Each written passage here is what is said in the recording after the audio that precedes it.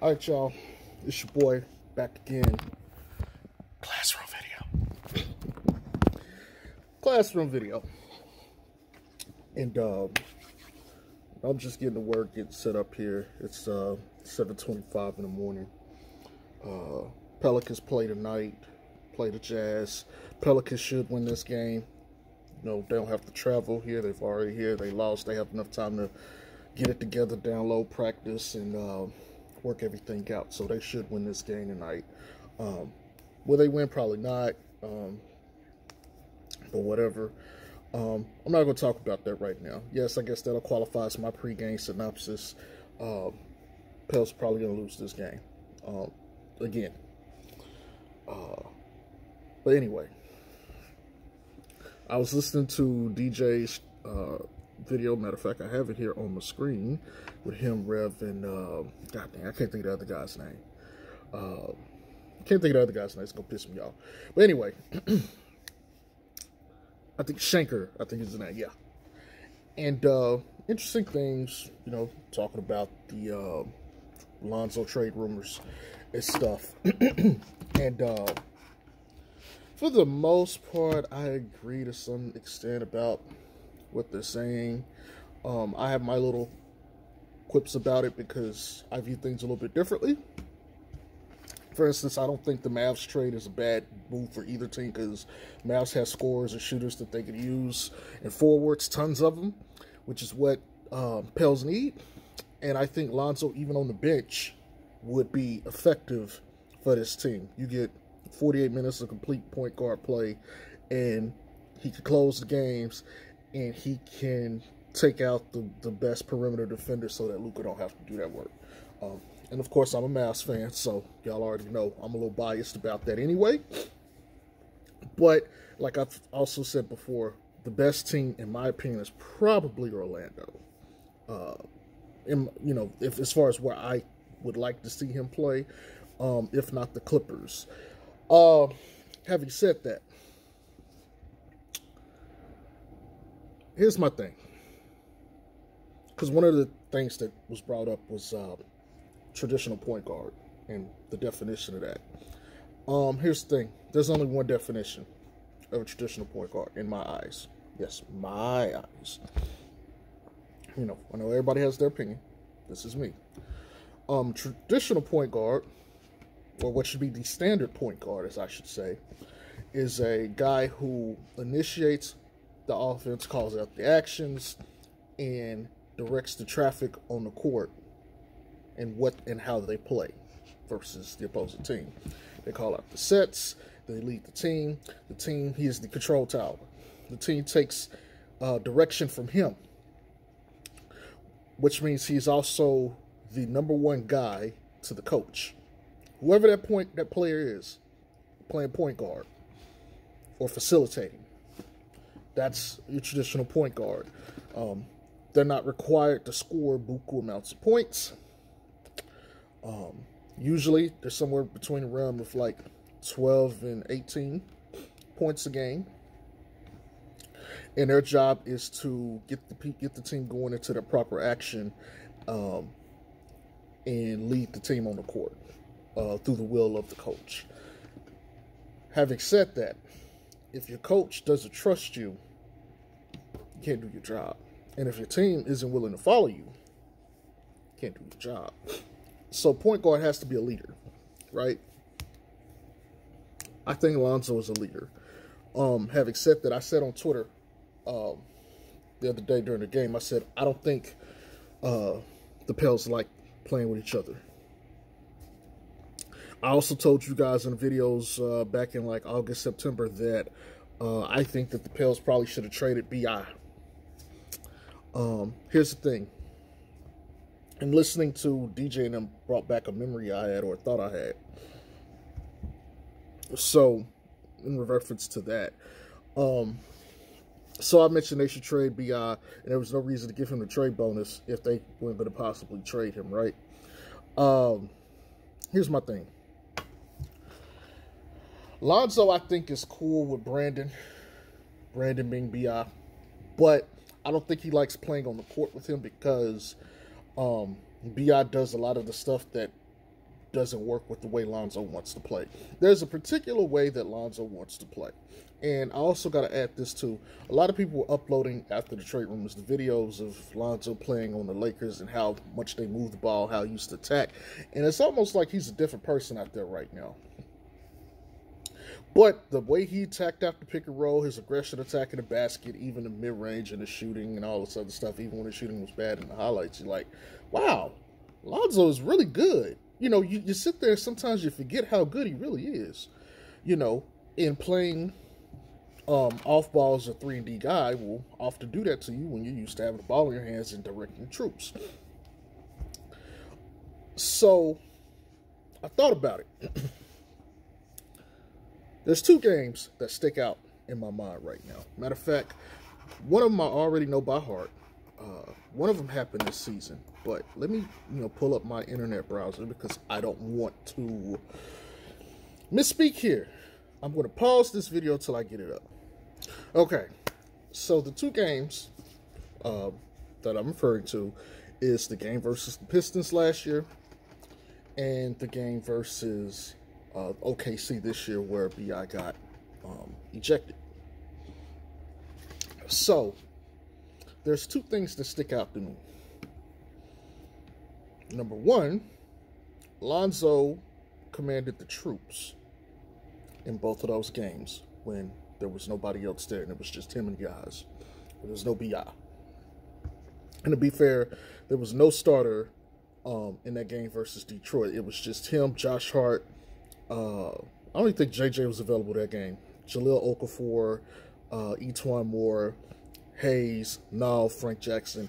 That's what he had to work with. Because I think that game, Etuan Moore had like 25 points. And Jahlil definitely had like 25. He was giving it to Drummond to the point that Drummond couldn't defend him. And they pulled him out. And he pretty much didn't play after like the second quarter. But here's the thing, right?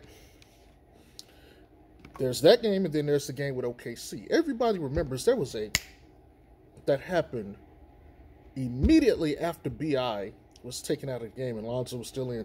Lonzo started attacking. He started running things. He started getting people in positions. And to this point, him and Zion started to have that same chemistry they had last year. So, what am I using or saying this for? Okay, Mr. Strokes, it's a 2-game sample size. It don't really mean anything. I get it. Trust me, I get it. I get all the rhetoric I'm going to get that's traditional, normal, and based off pure stats and data. I get it. And I'm not going to discredit stats and data because they have value. But, walk with me here. Lonzo Ball,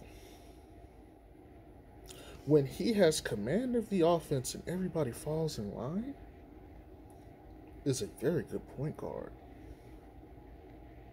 Now, he didn't shoot it as efficiently in the game versus Detroit. It's okay. He had 17 points. He had, let me go back and look at his stats real quick. Let's see. Lonzo.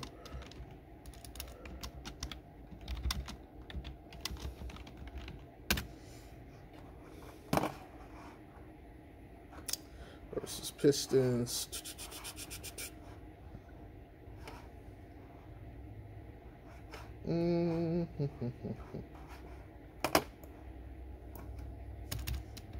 OT win Pistons. Let's see.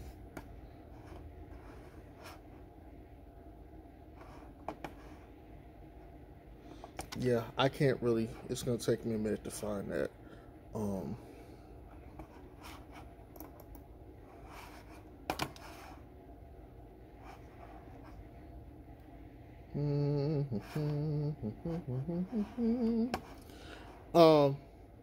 okay, here we go. Let's see. Scored 17 points and of having 5 of his 17 was in OT. Okay. It don't really show field goal percentage and stuff here. But he had 17 points in that game, and he was very efficient. I remember he was like 6 of 18 or something like that. But he was attacking all over the court. He was facilitating, and the Pelicans were getting good shots, easy shots all game. He did his job. He played very well, very effectively.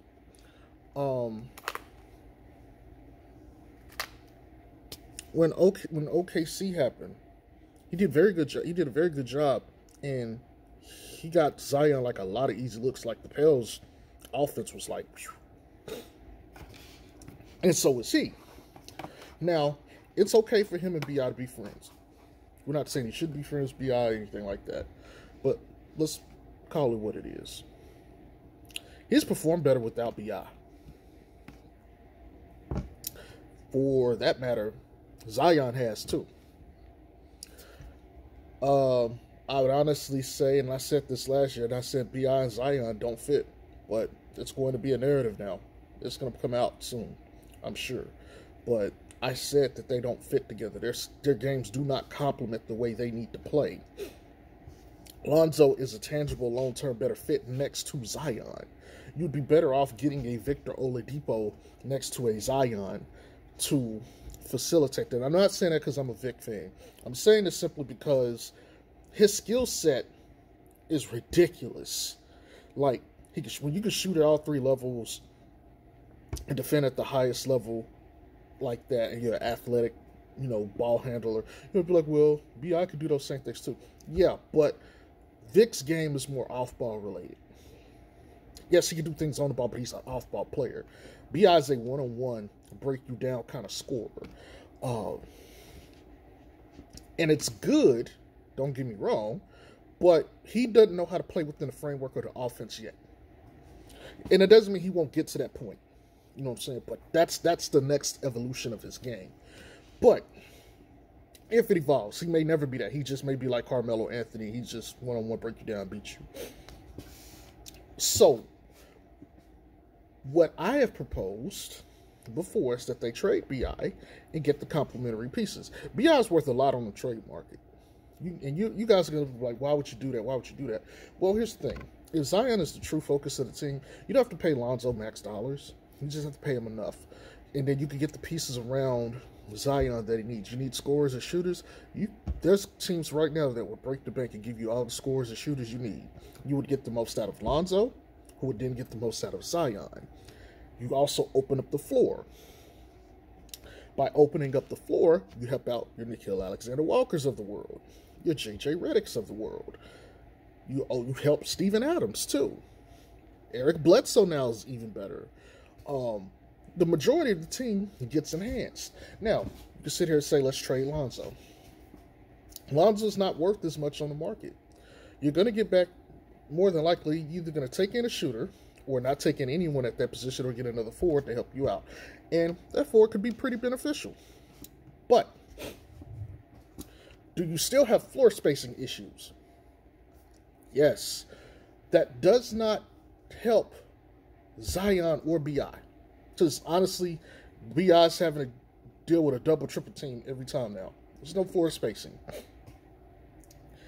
Zion is not getting caught on a lot of the passes that he needs to do his things. Lonzo is hitting him right in the pocket for easy shots, and he don't even have to dribble or work that hard for it. So, what I'm saying to you guys, and to anybody in general who watches this video, I don't think trading Lonzo is the best course of action for the Pels. It's probably actually trading B.I. because you get more value for him. But I get it. You can't do that. You'd be like, what is wrong with you? Why would you trade B.I.? I get that. But to the point, I don't think Lonzo is necessarily the issue. I think the issue is the style of play. And I've told you guys, I think they should play inside out, not outside in. That's fine. If they're not going to do that, that's fine. But, again, Lonzo has shown he can lead a team offensively and get the ball moving, and they can carve you up. I think, just maybe, B.I.'s style of play does not fit long-term with Zion. And let me say this. I'm open to being wrong. I'm clearly open to being wrong. That's fine. You know, granted, spacing issue is an issue for everybody. And Lonzo not hitting shots right now, trading for pieces isn't going to help him make his shots any better. I get that. But hear me out. Let's say you trade Lonzo Ball, you get somebody back, you know, to DJ and them, they were talking about maybe to the Lakers to get Dennis Schroeder, right? You already got Nickeil Alexander-Walker. That's the same thing. Dennis Schroeder is older, though. So, are you still going to have the spacing you need? No. Okay. Is B.I. and Zion together with Dennis Schroeder going to get you more wins? Perhaps, but is that style of play going to get you to the playoffs and win your title? No, it's not. And with B.I. playing the way he is, he's not getting and maximizing Zion. And I said this in a video before. I think it's one of my post-game analysis. His style of play is not getting the most out of Zion. Zion still has 2 more years after this season before he's on contract to be re-signed. Listen to me. Who is your future weighed more on, B.I. or Zion? Whose peak matters more in the long term? B.I.'s or Zion's? I think it's ultimately Zion's. If that is the case, why not try to see if the Zion experiment is better? At the very least, try to get B.I. out the game first and let Zoe and Zion run it together. Or take Zoe and Zion out the game first and then let them come in and run it with like the second unit. Even in the last game that they played, they were making strides when it was just Zion and Zoe. And just role players, Josh Hart and JJ. They were good. When B.I. came in to play, and he wasn't getting the touches in the last part, it was more so Lonzo to Zion, and then you get some Josh Hart here, and then occasionally B.I. They shrunk the lead. They played really good. So to me, it's the style of play. But if B.I. can't do that consistently, then I think you have to look at what's best for the long-term solution for the team. Is it best to keep Zion, or is it best to keep B.I.? It's not, and here before you guys say, okay, you're standing for Lonzo. Look, I talk enough shit about Lonzo. I am not a stan. I'm a fan of him for sure. Definitely not a stan. Either way, I don't have a problem with people that stan anyway. It's just when you go too far. But what if you trade Lonzo and the Pelicans' problems still persist? Right? Now, you got rid of the one person that could have got the most out of Zion. Imagine how that's going to make him feel, too. You might be like, okay, you can go get somebody else you can play with, blah, blah, blah. You don't have to play with Zoe. I agree. I will not disagree with that. But here's the point. If you take away the cog that makes the bigger cog rev, it's a waste. Now, hear me out. You guys like that be, you don't get too many BIs. I get it. But can you go trade a BI, get like a Victor Oladipo and get him to re-sign? Can you go get a Bradley Beal who can play off the ball and he's not one of those ISO scores to re-sign and he fits the system? Yes. Can Lonzo play his game and get the most out of Zion and take Zion's game to the next level of superstardom? Yes. Here's the thing. It's not about, to me, it's about synergy. It's not so much about, okay, this guy's better than others. It's about fit, right? If the guy's fit, Schroeder don't really fit with AD, right? They're just a really good team. But if you could get a better fit, like Rondo fit best with AD. You see what I'm saying? Sometimes it's about the pieces. Again, Draymond Green on another team may not be Draymond Green, but on the Warriors, he fits. He makes that team work. He is the glue guy. He's the glue guy for what is your core because of him. It's Dre, Steph, and Clay. even without, and here's the thing, Draymond has shown that he can play well with Clay and he can play well with Steph individually when either or is out. He's not that good when both are out. But as long as he has one of them, he's effective. What I'm saying, you guys, is Zion will be most effective with Lonzo. And while you can't go get another 23-year-old all-star level scorer, you can go get some scorers who are still younger, who are all-star level, and fit with his skill set and get the most out of Zion. If Zion goes from a guy who's averaging 22 to, like, say, 27, 10, and 7, all because you moved off of BI, and now you got some other guys like Bill or Vic who can come in and get you 19 or 20 off ball and will not, impede on Zion's game and will allow Zion to flourish. Then you got Lonzo who will link them all together as the third piece. And they can actually start winning games and get it to the playoffs as like a 7 or 8 seed and not in the play-in game and just look pretty. Why wouldn't you do that? Again, ultimately, think about this. If your front office, if your goal is to win games, do you worry about keeping all the best stars just to have them? Or do you want to go out and actually perform? B.I. can go out there and get his 25, 5-5, but they lose. Zion could go out there and get 27, 10, and 5, and they win without B.I. Again, I'm not saying B.I. is a terrible player. He's clearly not a terrible player. The guy is a basketball genius, offensively anyway. What I'm trying to get you guys to think about is this. Maybe Lonzo ain't the problem. Maybe it's something else. And maybe the style of play isn't getting the most out of the pieces you have. Again, we saw 2 games, really 3, if you count the last game where it was Zion and Zoe, and they were sitting there basically quarterbacking the team and getting them back in the game. The evidence to me is pretty clear.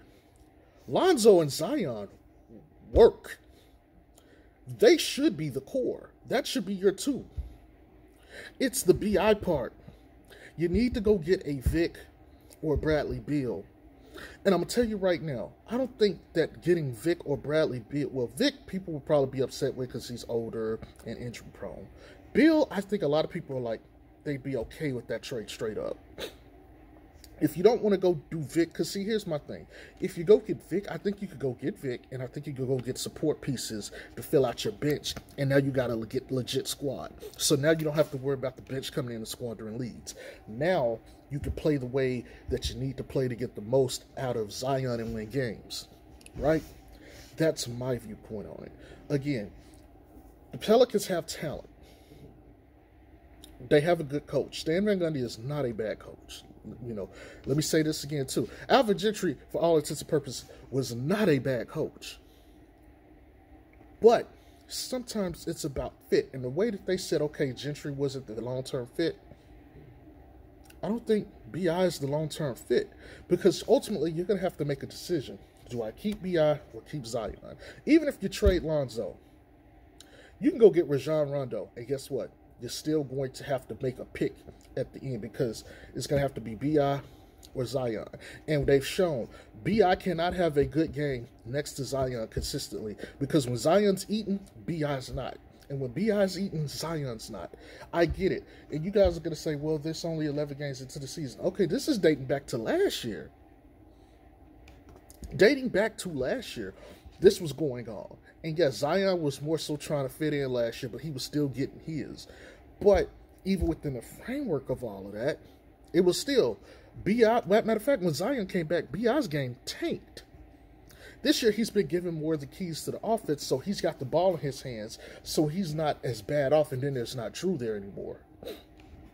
So for the whole point of this video is I'm trying to put this in you guys' framework. Yes, Lonzo probably is going to get traded. It's probably best for him to get traded. But I don't think Lonzo is the issue for this team. In fact, this may come back to bite the Pels in the ass more than they expect. Now, it's possible BI will transcend all of that, and he'll go on to be a better player in that vein, like Kevin Durant, and his skill set could complement BI. But for right now, I think the Pelicans would make a huge mistake trading Lonzo. And I'm not saying this because I'm a fan of Lonzo. I just think I've seen enough evidence to say Zoe and Zion seamlessly work together, like how they said Clippers with CP3 and Blake, or CP3 and DeAndre. I think the Pelicans better take a long, hard move and thought at this before they decide to trade Lonzo. They may need to retool the offense. And if you got the trade kicker from BI, maybe you need to go get Bill and like Rui Hachimura, or Bill and that Navdi guy. Maybe you need to pull something like that. And that might work better for your team. But as it is right now, look, Pelicans, if you do this, you're going wherever Lonzo go. But God help you if all you do is waste Zion's career and he decides to leave like AD. Peace.